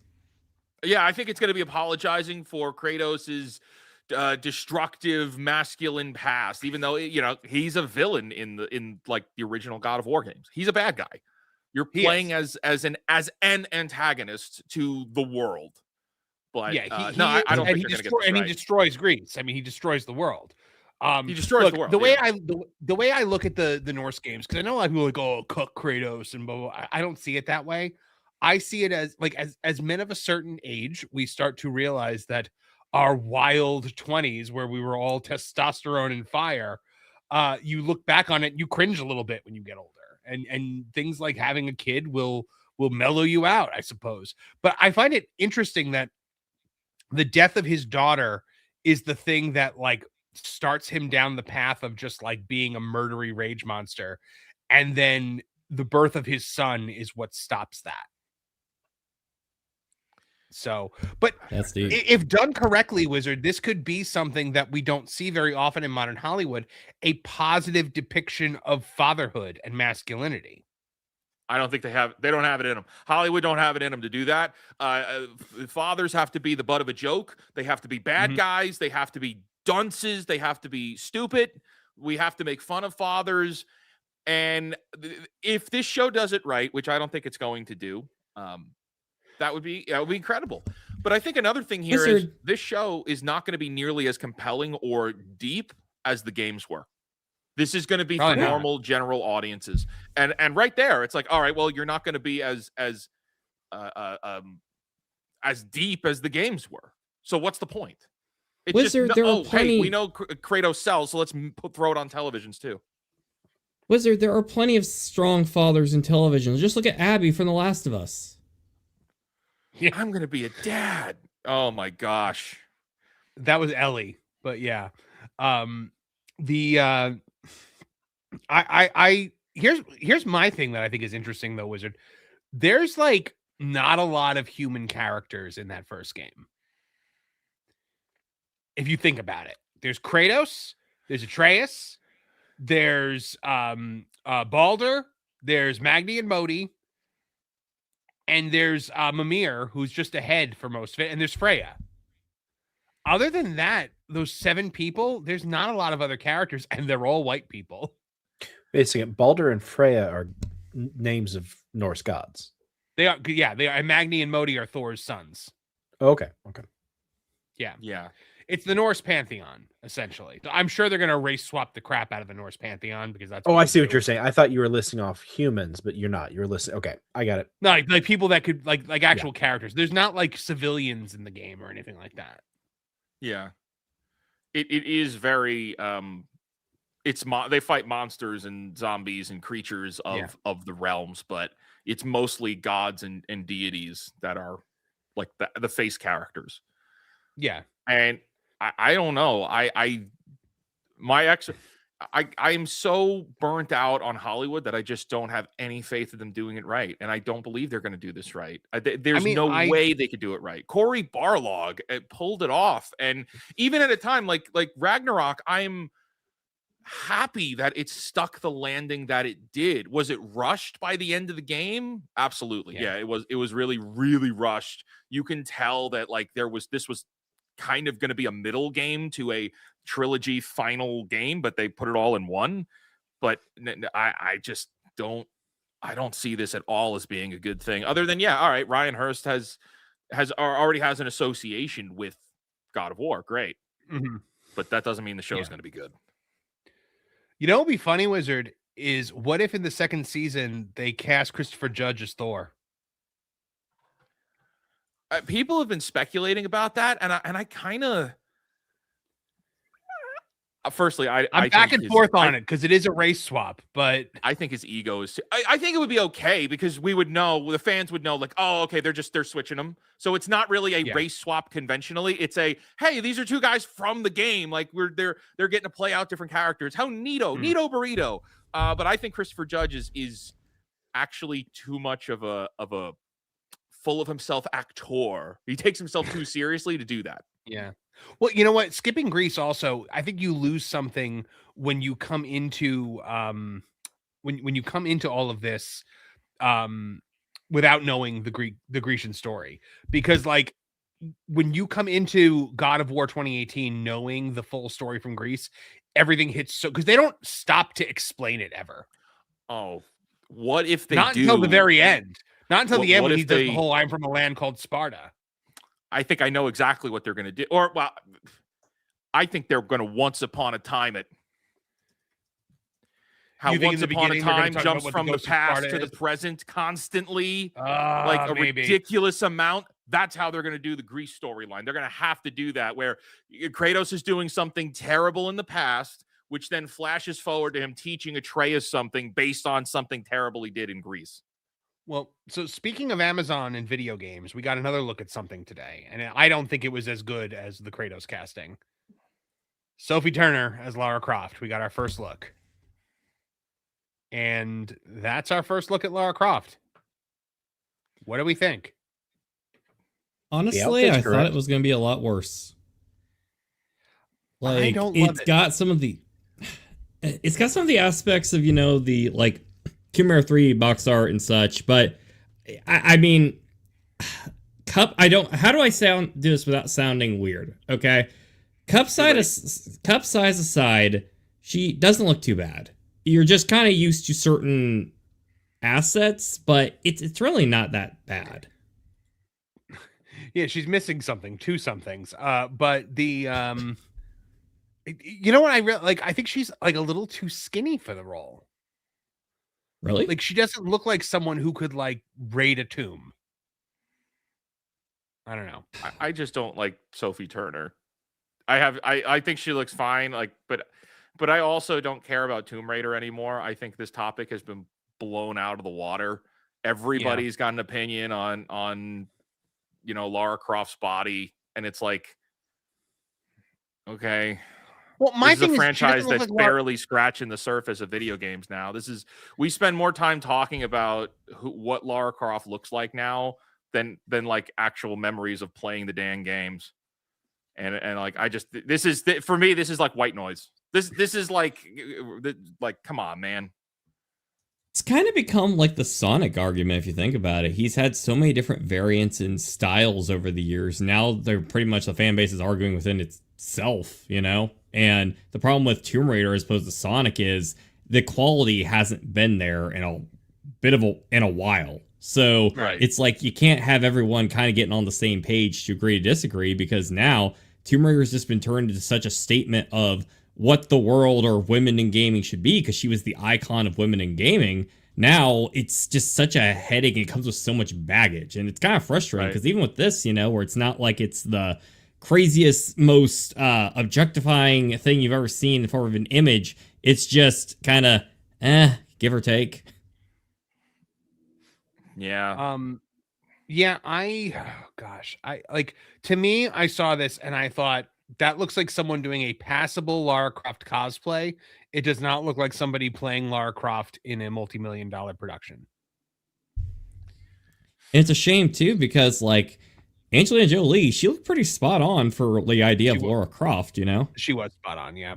But Lauren, I understand you have to go, so do you want to weigh in on Lara Croft before you head out? Well, this is another game series that I never really played.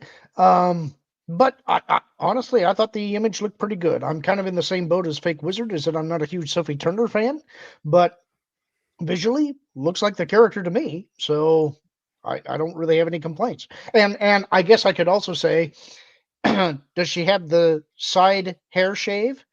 Does she have pink hair or blue hair or a nose ring? And has she divested herself of her guns? Nope. You're right. So I'm happy She does about have the it. guns. Yeah, she does have the pistols. She got the guns. So that is pretty cool. She's got the guns, but she doesn't have the guns, if you know what I mean. But No, I don't know what you mean. Could you explain? Nope. Lauren, we will see you over on the WW Pro show in about 23 minutes. So All right. we'll see you over there. Sounds good. See you, Lauren. guys. Thanks, See you, buddy. Lauren. So yeah, Sophie Turner. I don't love it. I don't think it's great, but it's phenomenal compared to other things that popped up today. That being this, Oh no. Why? Starfleet Academy. This actually, so Paramount decided to do something kind of interesting with this, guys. They released the premiere on YouTube for free. And it bombed. Because here's the thing about that. We can see how many people watched it on YouTube. Yeah. And let's have a look here, because Paramount's latest attempt to revive Star Trek momentum may have stumbled out the gate as Starfleet Academy looked to make a splash with a free YouTube premiere that turned into a major flop. Nerdrotic here notes that during the premiere, the live premiere, they had 1,300 people watching maximum. Ooh, 1,300. Now, after that, 11 hours following its release, the episode had pulled in 16,000 total views, which are figures that would be disappointing for a mid-tier YouTube creator, let alone a studio-backed series. Take a look at it here. This was taken 11 hours into the run, 16,000 views, 1.3 thousand likes, and 2,000 dislikes. So immediately ratioed. Now, if I tried, take a look, go ahead. I tried to watch it in preparation for us to talk about it here, and I can't. Me too. I have no time to waste, and this is a waste of everyone's time. I had This the is so same bad. thought, brother. Same thought. It was so I sat down to try to watch it. It was offensive on every with Paul Giamatti was acting his butt off, but other than that, I mean, this was terrible. So it's up to 50,000 views now, 21 hours in, which is still abysmal for a major production like this. 21 hours, 50,000 views. Are you kidding me? But now it's it's at 2.9 thousand likes to 6.4K dislikes. So it is more than it is well more than 50% in terms of dislike ratio. And the thing is, with the dislike ratio, the numbers on the dislike meter itself aren't impressive. I've seen YouTubers who literally stream out of their house of a local football game pull in better numbers during their streams than this. This is just pathetic. Yeah, I mean, this is so the best part about it, guys, when you go to the video, they left the live chat up. Like they left the live chat replay up, and it's gold just watching people rip it to shreds. It is, the fact that You know, Marvin, the fact that the live chat is still on there and they just threw this thing on YouTube just like that, do you think that might mean there's some stuff going on behind the scenes to just kind of get this out of their system, so to speak, that there could be some changes on the horizon? It's possible, but so another funny thing happened today, though, with this. Nerdrotic humiliated Starfleet Academy by doing his own live stream afterward. So he said, so he decided to try something. He said 1,300 people were watching concurrently live on Starfleet Academy. He did a live stream of a stationary shot of his Spock action figure sitting on the back of his chair and wanted to see if it could get more concurrent videos or more concurrent views than Starfleet Academy. And he got it in 3 minutes. Yeah. Wow. Yeah. So Gary did this thing. He said 1,300 peak live viewers on YouTube in under 3 minutes. There was 1.5K watching 3 minutes in. And then he actually posted the concurrent stuff. There were 24,000 views. Average view was 5 minutes, 56 seconds. Peak concurrent views were 3,389. Total likes, 5,607. And he got 18 new subscribers from it. That's diabolical. That's insane. I know. 18 new subscribers from doesn't the that like just Spock share. Yep. That's what it's like when you have 1.4 million subscribers. That's incredible. Now Spock on a chair is forever a part of Star Trek history. This is how far we've fallen, people. It is one of my favorite trolls that I've ever seen. Like, it was so funny. So I tried to watch. Oh, well. Oh, no. I think did Trish kick him got out? to him. Or maybe Wilton got no. to him for saying that He was was- his favorite troll. There you go. I think you're dead on there. So, I hope you have like the power. oh, he's back. There he is. I was about to talk about what I watched this week. The article and I closed the stream.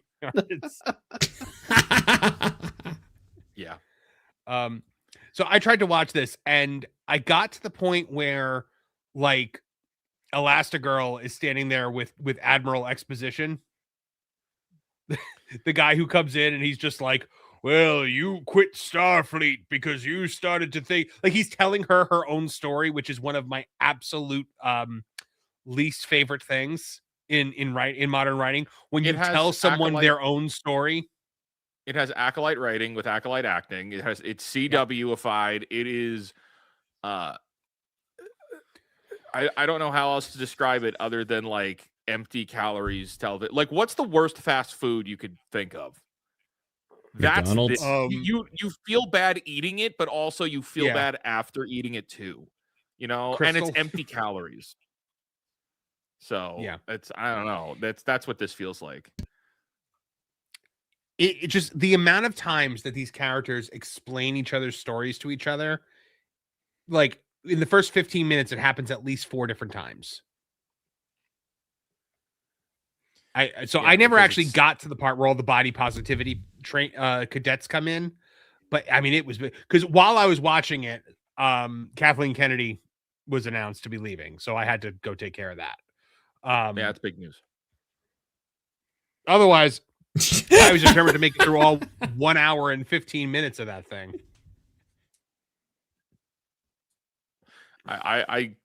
We've been talking about doing like a watch through of that and like doing commentary over it, but I really this is my own personal belief here. I feel like the people involved that are still attached to this, like, obviously, yes, Paramount has been acquired, things haven't really fully been able to change over. This was already shot and made. This already got the green light. They couldn't, evacuate it. Somebody involved here. Somebody involved here wants Star Trek to be destroyed so that the Ellisons can't recover it.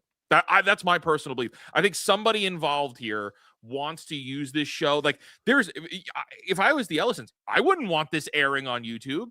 I would want to drop this all one day, drop the whole thing, get it over with, bye-bye, and let's forget it immediately. Like how Disney's going to treat Wonder Man. It's supposed to have a whole second season greenlit. That's So somebody here wants to harm the Ellisons' growth potential with Star Trek, and I honestly, think Star Trek is. I think you're done.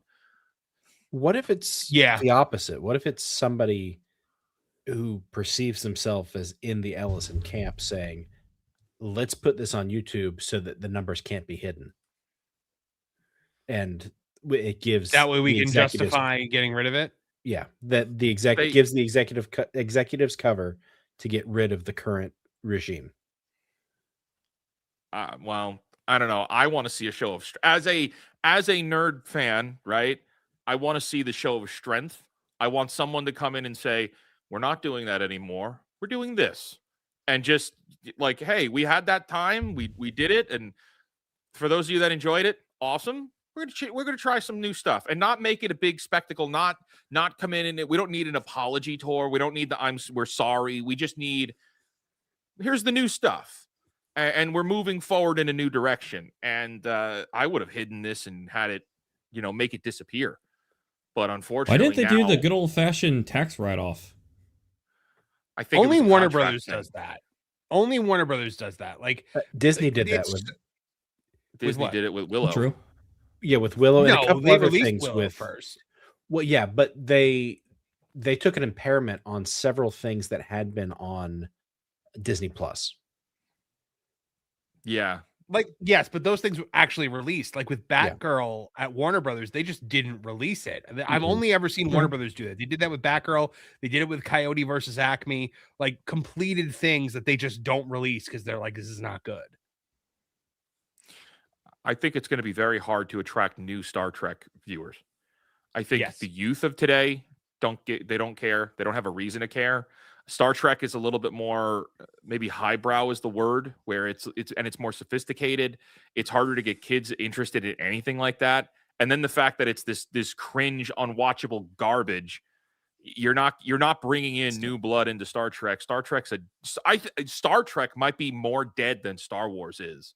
Oh, absolutely. It definitely is. It definitely is. Yeah. Star Trek hasn't felt like the future in a long time, and I feel like that's kind of the point where it lost its luxury. Well, that's the thing. Like they're cursing, and they were trying to make Starfleet out to be like a shadowy organization with dark secrets, and I'm just kind of like, this is not it, guys. This is not it. So, right. But Trish is back, so I would like to get.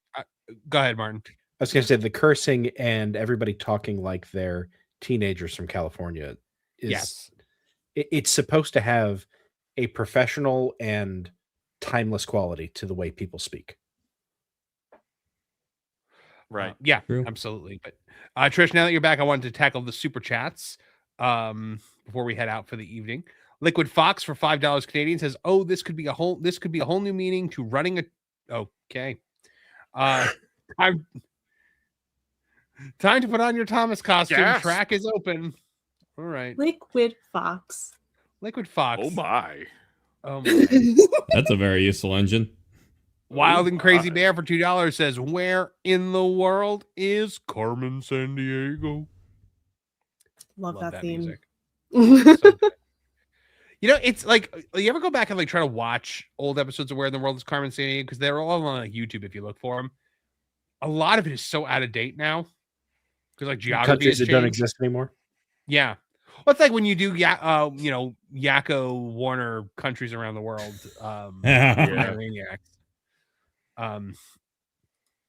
Regina Sharp for $5 says, "It'll feel weird not hearing Christopher Judge, but I can understand why he didn't get cast." They were worried about the acceptance speech at the Emmys. It's taking too long. Regina Sharp also says, "They made a Last of Us TV show. Well, I'll be damned. You never saw it? I hope you're being sarcastic. You know what? I hope you're not being sarcastic. I hope you didn't see it, and now you'll never see it because it is terrible. It is terrible. Yeah, it's not watchable. So, Wild and Crazy Bear for $2. Marv, did you get to see TRL when the show was on? What is TRL? Like Total Request Live from MTV? Like either way, no. Oh, wait, is even the Tomb Raider Netflix show? I don't know.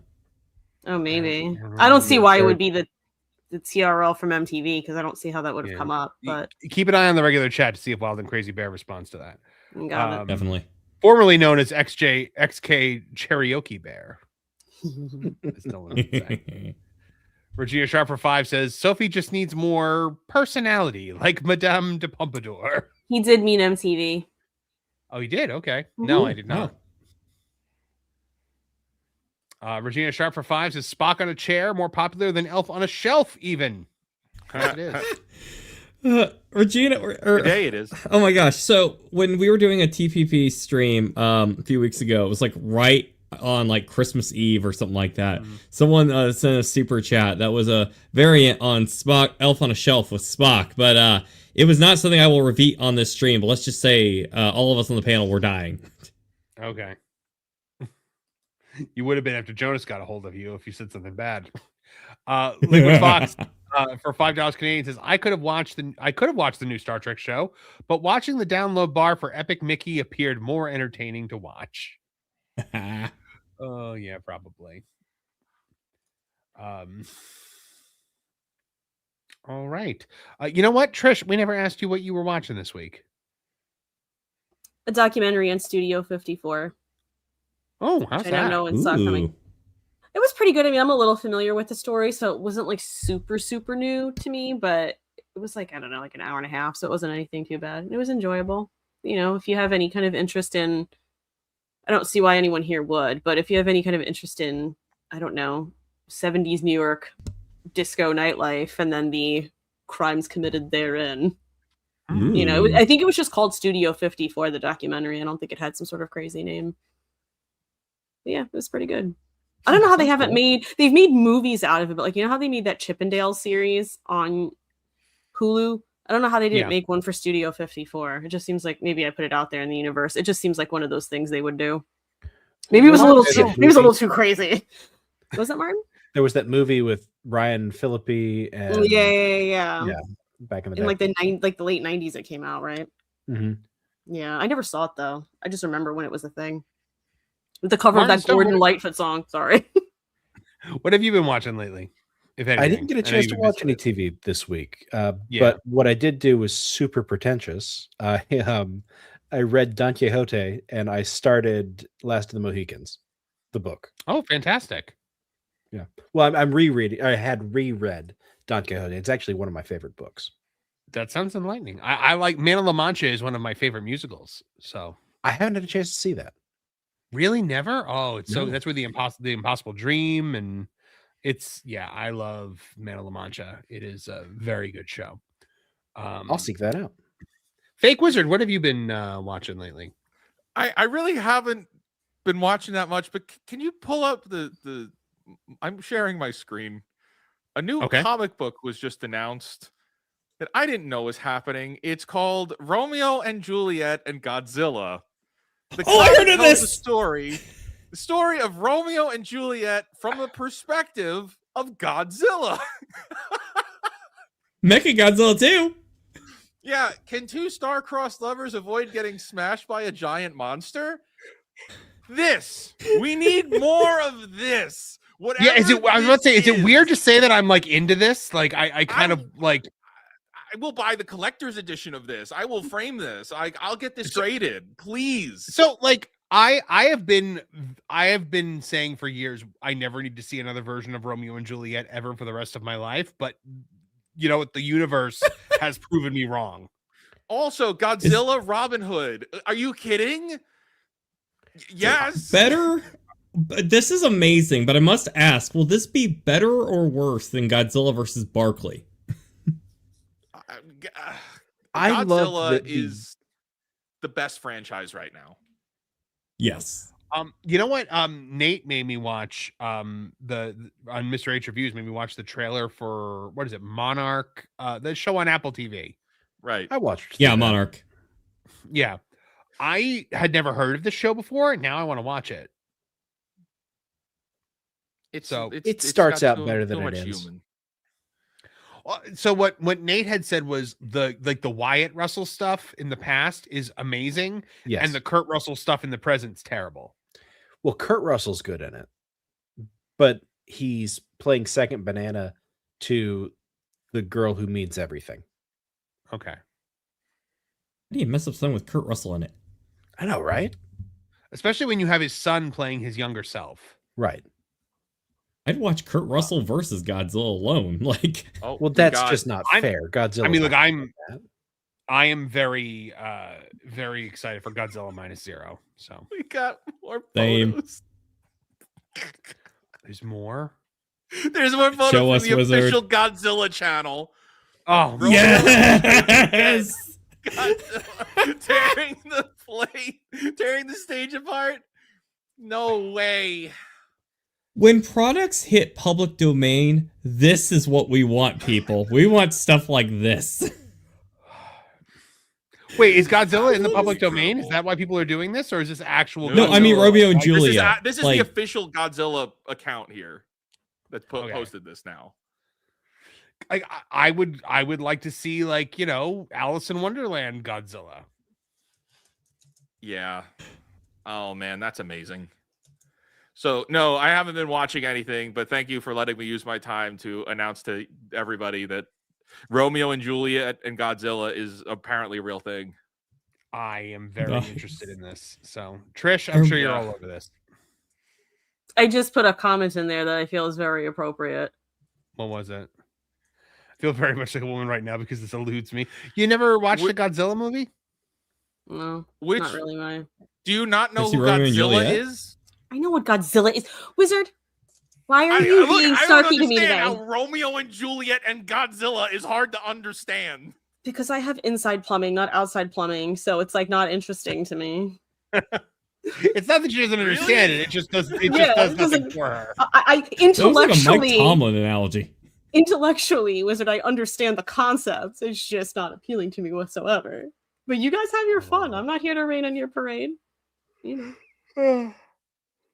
Well, so I also have watched nothing basically this week other than like little episodes of Family Guy here or there when I have like a minute at night to like unwind. 'Cause I have, but if I could use this time to tell everyone that I've got a couple vlogs over on Park Hoppin' right now. If you head to Park Hoppin', you could see me take you through a bunch of new and exciting food at Universal Studios, including bread cones, including cheeseburger tots, and walking tacos and street corn and a whole bunch of really cool stuff. So, yeah. What's a walking taco? Because I don't find them overly complicated to walk with in the first place. So the walking taco is, it's like you get a bag that has like chips in it of some sort, whether it's Doritos or Fritos or whatever, and they add all the taco stuff to that, and you like eat it with a fork out of the bag. It sounds a lot like nachos. It kind of is, kind of like essentially, nachos. yeah. They're basically walking nachos instead of walking tacos. That doesn't sound as catchy, I suppose. You know, So the one I had, it was Fritos, which I usually don't like Fritos, but I liked this. It was Fritos with pulled pork, barbecue sauce, cheese, and coleslaw. Oh, and you it lost was me with exceptional. coleslaw. I don't This like was coleslaw. good. Now, This was good, Trish. Somebody out there needs to pull a Arthur Treacher's Fish and Chips and get Christopher Walken to have a line of walking tacos. Yeah, Martin. walking in tacos. Stone has done it again. He's come up with a brilliant idea yet again. So check out that Park Hoppin' vlog, and then there's also the one that Krista and I just shot the other day, where we go through the entire menu for the Festival of the Arts at Epcot. So, yay! Let's see here. By the way, I want to show you just how quickly people can turn around here. Liquid Fox for $5 says Wizard is now part of the cast. Good. I enjoy his wit. And then he said, Wizard offended Trish. Be gone from this place, Blandolph. Yeah. Yeah. Just know who you're messing with, Wizard. Please. You know, She is the I am their I don't queen. understand Romeo and Juliet and Godzilla. I don't see. get This it. is.